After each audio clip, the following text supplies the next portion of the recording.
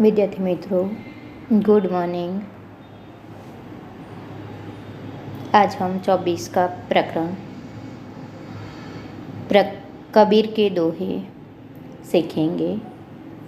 निर्गुण संतों में कबीर का स्थान सबसे ऊपर है, यानी कि निर्गुण संत परंपरा में कबीर सर्वोपरि है। जनश्रुति है कि कबीर की पत्नी का नाम लोई, पुत्र का नाम कमाल और पुत्री का नाम कमाली था।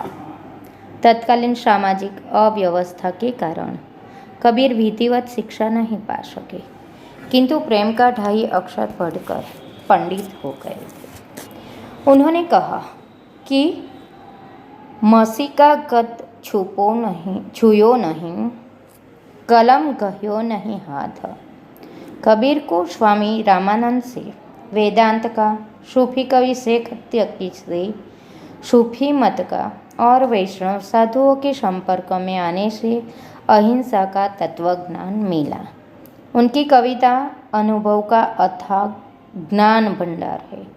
जीवन की सच्चाई और वाणी में विश्वास के कारण उनकी कविता हृदय के तार झंझना देती है। कबीर ने अपने युग की विसंगतियों के अंतर्विरोधी को देखकर अपनी कविताओं के माध्यम से उन पर खुलकर तीखा प्रहार किया है।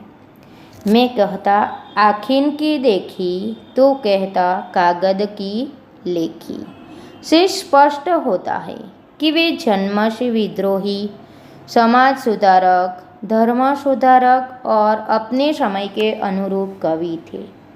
इन्होंने अपनी रचनाओं में सद्दुक्कड़ी भाषा का उपयोग किया है, जिसमें खड़ी बोली, व्रज भाषा, पंजाबी, पूर्व हिंदी, अवधी आदि कई बोलियों का मिश्रण है। कबीर को वाणी का संग्रह बीजक नाम से प्रसिद्ध है। इनके 3 भाग है, रमेनी, शबद, साखी। रमेनी और शबद ये गेय पद है तथा साखी में दोहे संकलित किए गए हैं।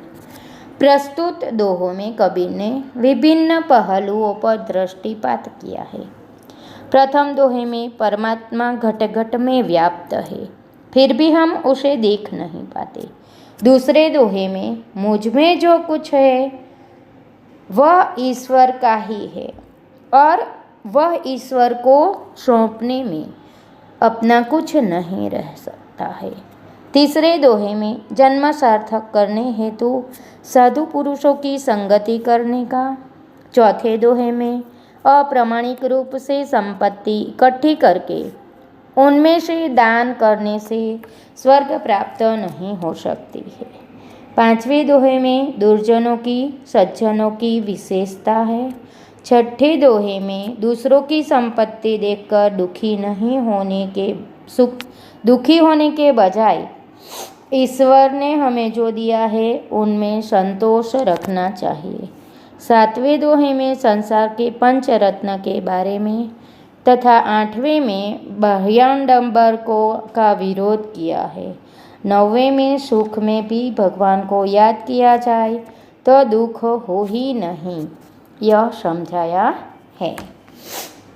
पहला दोहो, कबीर कस्तूरी कुंडली बसे, मृग ढूंढे वन माही, ऐसे घट घट राम है, दुनिया देखे नाही।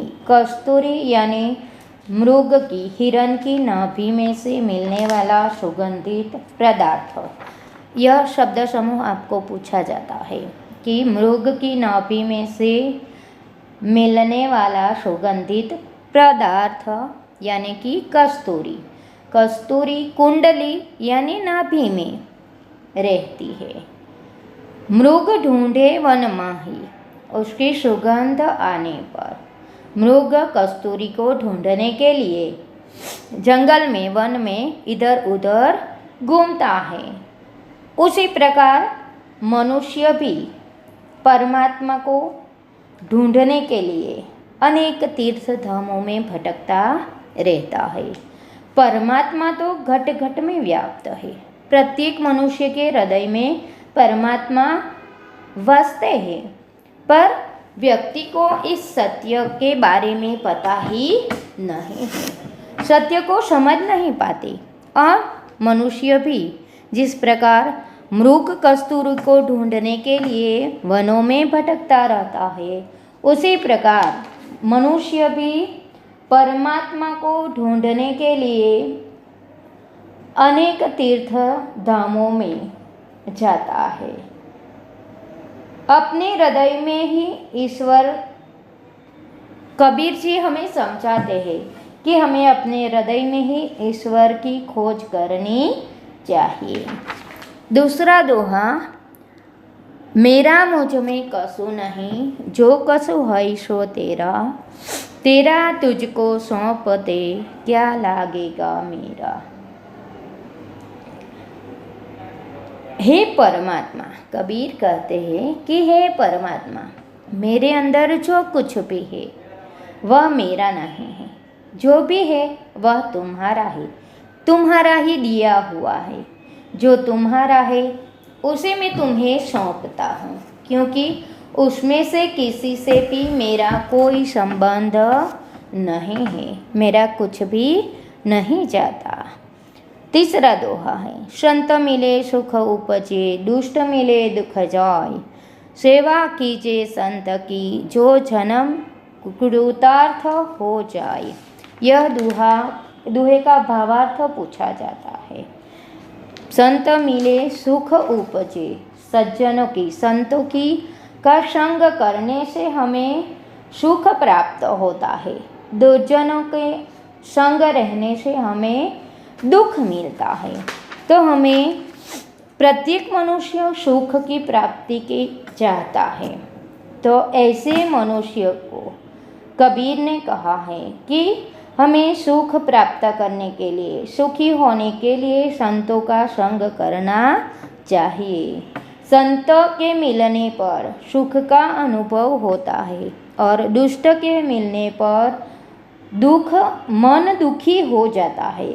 और इसीलिए हमें संतों की सेवा करनी चाहिए, संतों का संग करना चाहिए, जिससे हमारा जन्म सफल हो जाए। कबीर ने संत और दुष्ट का अंतर बताते हुए हमें संतों की महिमा बताई है। चौथा दोहा, एहरन की चोरी करे, करे सुई का दान, ऊंचे चढ़कर देखते कैतिक दूर विमान। एहरन यानी अनाज बोने की एक वस्तु है, जिसे जो कबीर कहते हैं कि लोग एरण की चोरी करते हैं। और सुई यानी थोड़ा सा, एरण नामक साधन जो है वह बड़ा होता है, सुई छोटी होती है। एहरन की चोरी करे यानी बहुत सारा धन चोरी करके प्राप्त करने के बाद व्यक्ति थोड़ा सा दान करता है, सुई जैसा जितना दान करता है, फिर वह अपने आप को बहुत बड़ा दानी समझने लगता है और सोचता है कि मैंने दान किया है, मुझे स्वर्ग मिलेगा। वह ऊंचे छत पर चढ़कर देखते हैं कि उनके लिए स्वर्ग में ले जाने वाला विमान कितना दूर है। यानी कि अप्रामाणिक ढंग से ढेर सारा धन कमाकर थोड़ा सा दान करने से हमें स्वर्ग की प्राप्ति नहीं होती। सोना सज्जन साधु जन, टूटी झुरे सो बार, दुर्जन कुंभ कुंभार के, एके धक्का दरार। सोना सज्जन साधु लोग रूठने पर भी बार बार जुड़ते रहते हैं। सज्जन अच्छे लोगों से संबंध बनाकर उसे कायम रखता है, जबकि दुर्जन लोगों का व्यवहार उससे विरुद्ध होता है। वे जरा सी भी दरार वाले मटके के समान होता है। मटके को थोड़ा सा भी धक्का लग जाए तो वह टूट जाता है, फूट जाता है। उसी तरह दुर्जन व्यक्ति टूटे हुए संबंध को पूरी तरह तोड़ देने में संकोच नहीं करते। सज्जन और दुर्जन के स्वभाव का अंतर बताकर कबीर ने हमें सज्जन जोड़ने का कार्य करता है और दुर्जन तोड़ने का कार्य करता है। दुर्जनों और सज्जनों की जो बुद्धि है उस पर प्रकाश किया है। रूखा सूखा खाई के ठंडा पानी पी, देख पराई झूपड़ी मत ललचावे जीव। रूखा सूखा खाकर ठंडा पानी पीकर संतोष मान लेना चाहिए, लेकिन दूसरों की जो संपत्ति है, दूसरों की घी से चुपड़ी हुई रोटी देखकर हमें कभी लालच नहीं करनी चाहिए। यहाँ पर कबीर ने आत्मसंयम, संतोष रखने की बात की है। संतोष ही सर्वश्रेष्ठ धन है, यह समझाने का प्रयत्न किया है। संतोषी मनुष्य सदा सुखी होता है। इस कहावत के अनुसार हमें दूसरों की संपत्ति देखकर कभी लालच में नहीं पड़ना चाहिए। प्रभु ने हमें जो कुछ भी दिया है उसी में संतोष मानना चाहिए। कबीर इन संसार में पंचरत्न है सार, ता साधु मिलन हरि भजन दया दीन उपकार। कबीर कहते हैं कि इस संसार में रत्न जैसी बहुमूल्यवान 5 वस्तुएं हैं। इन्हीं में संसार का तत्व समाया हुआ है। एक साधु मिलन, दूसरा हरि भजन, तीसरा दया की भावना, चौथा नम्रता और 5वां परोपकार। यह 5 संसार का तत्व है, सार है। हमें इन तत्वों को पहचान लेना चाहिए और उसके अनुसार कार्य करना चाहिए। कबीर के अनुसार इन 5 बातों को अपनाने से मनुष्य सुख शांति से भवसागर पार कर सकता है। कांकर पाथर जोरी के मस्जिद लई चिनाई, તાં चढ़ी मुल्ला बांग दे, क्या बहेरा हुआ खुदाई। कंकड़ पत्थर जोड़कर मस्जिद बनाई जाती है, उस पर चढ़कर मुल्ला बांग देता है, यानी कि जोर से खुदा को पुकारता है। कबीर पूछते हैं कि क्या खुदा बहरा हो गया है, जो इस तरह जोर से पुकारने की आवश्यकता पड़ती है। कबीर के अनुसार भगवान परमात्मा तो मनुष्य के हृदय में स्थित है, उसका स्मरण मन में करना चाहिए, आडंबर से दूर रहना चाहिए। दुख में सुमिरन सब करे, सुख में करे न कोई, जो सुख में सुमिरन करे तो दुख काहे को होय। विद्यार्थी मित्रों, सोना सज्जन साधुजन, टूटी झूरे 100 बार, दुर्जन कुंभ कुंभार के एके धक्का धरा। यह दुहा भी भावार्थ के लिए पूछा जाता है।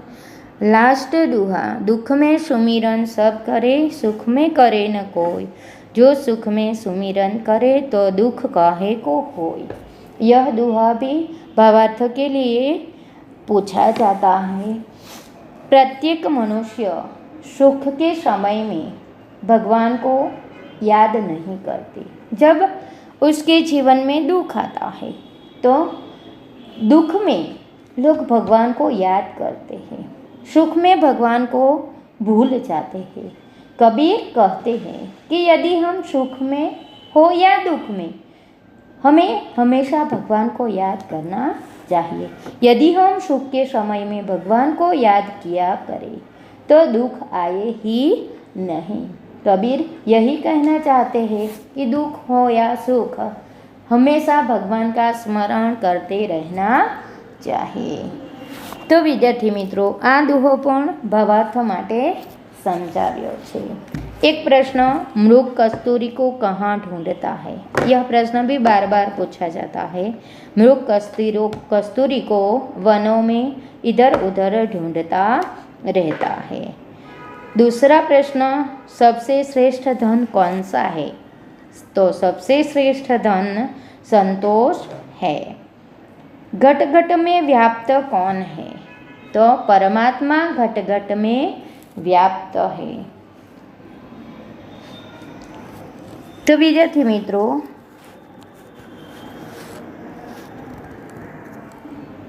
पहलो प्रश्न लखवानो, मृग कस्तूरी को कहाँ ढूंढता है? भवसागर तरने के लिए कौन कौन से 5 तत्व है? भवसागर तरने के लिए यह 5 तत्व है: साधु का मिलन, हरि भजन, दया, नम्रता और परोपकार। परमात्मा घट घट में व्याप्त है, फिर भी हम देख नहीं पाते। यह भावार्थ वाले दोहे हमें नहीं लिखना, सिर्फ निम्नलिखित दोहे का भावार्थ स्पष्ट कीजिए। तीसरा प्रश्न हमें मोस्ट IMP करना है। तो विद्यार्थी मित्रों, पहलो प्रश्न આપણે 3 પ્રશ્નો નોટબુકમાં લખવાના છે। શબ્દાર્થ સ્વાધ્યાયની નીચે આપેલા છે, એ પણ લખવાના છે અને काव्य पंक्तिनो भावार्थ लखवानो छे। यहाँ पर हमारा यह प्रकरण पूर्ण होता है। घर पर रहिए, सुरक्षित रहिए। जय हिंद, जय भारत।